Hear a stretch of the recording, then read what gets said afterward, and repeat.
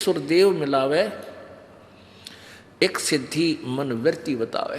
जैसे मीराबाई के पास पूर्व जन्म से, क्योंकि पिछले जन्म की भी बैटरी चार्ज आपके साथ रहती है, वो जब तक चलती है तो उसे बहुत से चमत्कार हो जाते हैं। मीराबाई के पास एक सिद्धि थी कि वो जिस इष्ट की पूजा करती थी वो इष्ट उसके सामने आ जाता था। वो कृष्ण जी को मानती थी और जब वो आत्म विभोर को उसको याद करती थी तो उसके सामने आकर वो भी उनके साथ डांस करते थे। तो एक सिद्धि सुरदेव मिलावे, कुछ तो पिछले जन्म की सिद्धियां होती हैं।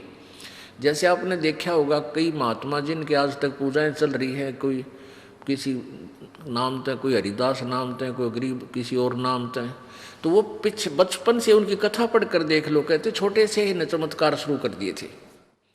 हरिदास जी के बारे में बताते हैं कि वो किसान परिवार में जन्म था और दोपहर ने वो 10 वर्ष का बालक था, अपने पिता के पास गया हुआ था।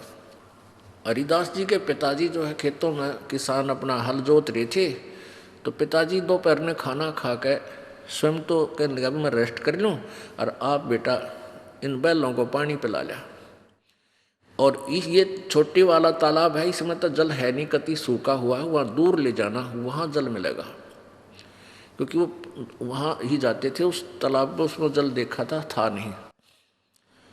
और हरिदास जी बैल लेकर गया, वो बैल उसकी तरफ चले गए छोटे तालाब की तरफ, और वहाँ उस पानी पिया वो वापस ले आया जल्दी ही बैलों को पानी पिलाकर। उसका पिताजी बोला अरे पानी पिया के नहीं लाया तू बैलों को, अब पिला लिया जी, इतनी जल्दी कैसे ले आया तू?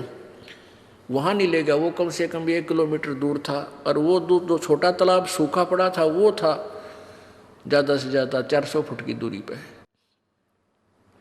इतना शीघ्र वापस आने से उसने शंका होगी कि ये बालक वैसे ही ले आया, बैलों को पानी नहीं पिला कर लाया। तो उसने कहा पिताजी पानी पिला लिया मैं। कहाँ से? किस तालाब से? कहते इसमें जल था ही नहीं, यदि कभी वर्षा होगी तब जल होना था, अगर नहीं पिताजी तो फुल है। वो गया जाकर देखा, उसके पिताजी ने सचमुच भाई तो पानी फुल हो गया, और बैलों के जो ना पैर भीग रहे।